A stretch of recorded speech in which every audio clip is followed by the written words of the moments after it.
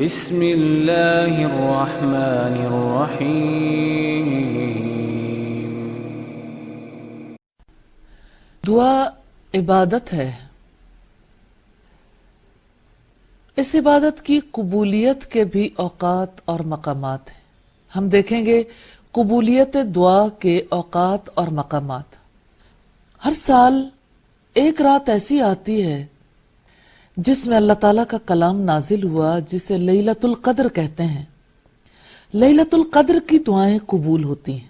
اسی طرح ہر رات کے آخری حصے میں، اس لیے کہ اللہ تعالیٰ نے ہر رات کی ایک گھڑی مختص رکھی ہے، پھر اذان اور اقامت کے درمیان، فرض نمازوں کے بعد، بارش کے وقت، میدان جنگ میں، جمعے کے دن، آب زمزم پیتے وقت، سجدے کی حالت میں، کیونکہ انسان سجدے کی حالت میں رب سے سب سے زیادہ قریب ہوتا۔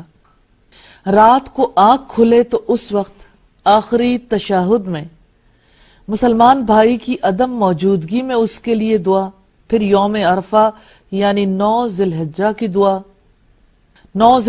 دعا، پھر روزہ افطار کرتے وقت، ذکر کی مجلسوں میں دعا قبول ہوتی ہے، پھر مصیبت کے وقت، سفر کی حالت میں، رمی کے بعد کی گئی دعا قبول ہوتی ہے، کوہ صفا پر کی گئی دعا قبول ہوتی ہے، کوہ مروہ پر کی گئی دعا قبول ہوتی ہے، کعبہ میں داخل ہوتے وقت کی دعا قبول ہوتی ہے، مشعر حرام کے پاس کی دعا قبول ہوتی ہے۔